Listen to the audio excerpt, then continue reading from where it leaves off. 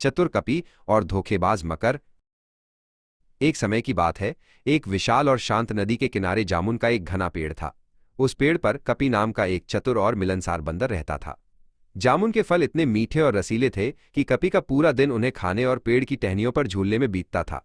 वो अपने जीवन से बहुत खुश था। एक दिन मकर नाम का एक मगरमच्छ नदी से बाहर निकला और पेड़ की छाया में आराम करने लगा।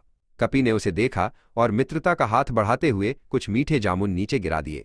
मकर ने उन फलों को चखा और उसे वे बहुत पसंद आए।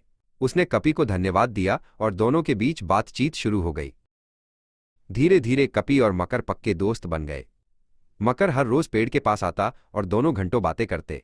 कपी उसे दुनिया भर की कहानियां सुनाता और बदले में मकर उसे नदी की गहराइयों के रहस्य बताता। उनकी दोस्ती पूरे जंगल में मशहूर हो गई थी। एक शाम मकर ने कुछ जामुन अपनी पत्नी माया के लिए ले जाने का फैसला किया। कपी ने खुशी खुशी सबसे मीठे जामुन तोड़कर एक बड़े पत्ते में बांध दिए। मकर वो उपहार लेकर अपनी पत्नी के पास नदी के दूसरे छोर पर चला गया। मकर की पत्नी माया ने जब वे जामुन खाए तो वो दंग रह गई, लेकिन उसके मन में एक लालच जाग उठा। उसने सोचा, अगर ये फल इतने मीठे हैं तो उस बंदर का दिल कितना मीठा होगा जो इन्हें रोज खाता है। माया ने मकर से कपी का दिल लाने की जिद की। मकर ने माया को बहुत समझाया कि कपी उसका सबसे अच्छा दोस्त है, लेकिन माया नहीं मानी। उसने बीमार होने का नाटक किया और कहा कि केवल एक बंदर का दिल ही उसकी जान बचा सकता है। अंत में अपनी पत्नी की जिद के आगे मजबूर होकर मकर ने भारी मन से अपने मित्र को धोखा देने का फैसला किया। अगले दिन मकर कपी के पास गया और कहा, मेरे मित्र, मेरी पत्नी तुम्हारी मेहमाननवाजी से बहुत खुश है और उसने तुम्हें रात के खाने पर बुलाया है। कपी बहुत खुश हुआ, लेकिन उसे तैरना नहीं आता था। मकर ने उसे अपनी पीठ पर बैठने के लिए कहा। जब वे नदी के बीच में पहुंच गए जहां से वापस जाना मुश्किल था, तब मकर की हिम्मत जवाब दे गई। उसने सच बताते हुए कहा, दोस्त, मेरी पत्नी बीमार है और उसे तुम्हारी जान चाहिए।